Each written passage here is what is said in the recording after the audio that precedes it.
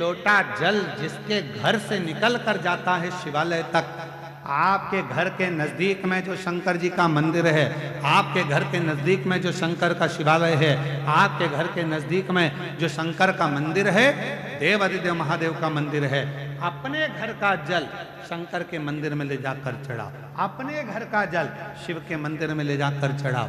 पहले आप लोग मंदिर का जल उठाकर मंदिर में चढ़ाते थे, पर अब दुनिया के लोगों को मालूम पड़ गया कि अपने घर की दशा यदि महादेव को बताना है तो जैसे सुदामा चावल लेकर कृष्ण जी के पास गए थे, उसी तरह आप भी अपने घर का जल लेकर शंकर जी के पास जाओगे तो वो जल से तुम्हारा कल जरूर बदलेगा। बोल बम का नारा है, सारी समस्या का हल श्री शिवाय।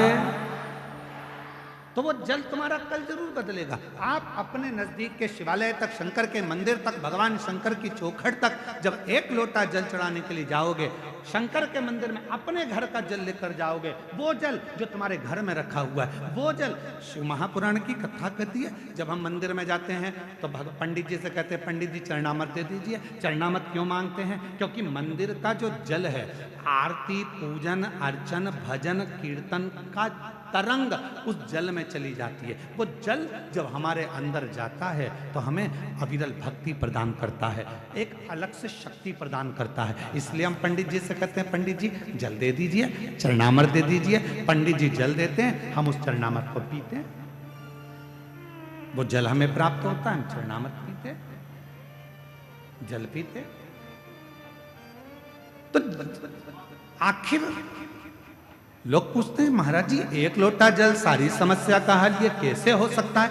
उसका एक कारण है, जब हमारे घर में मटके में, हंडे में, पानी की टंकी में जो पानी भरा रहता है, जल भरा रहता है, और हम एक लोटा जल उसमें से भर कर लेकर जाते हैं, तो दिन भर हमारे घर में जो चर्चा होती है, दिन भर हमारे घर में जो तकलीफें होती है, दिन भर हमारे भीतर जो दुख तकलीफ होती है, हमारे मन की बात हमारे घर के पानी के हंडे में, तरंगों में चली जाती है। और जब हम लोटा भर कर जल शिव को चढ़ाते हैं तो शंकर जी हमारे उस जल से समझ जाते हैं कि इसको तकलीफ कितनी है, और बाबा दुख मिटाना प्रारंभ कर देते हैं,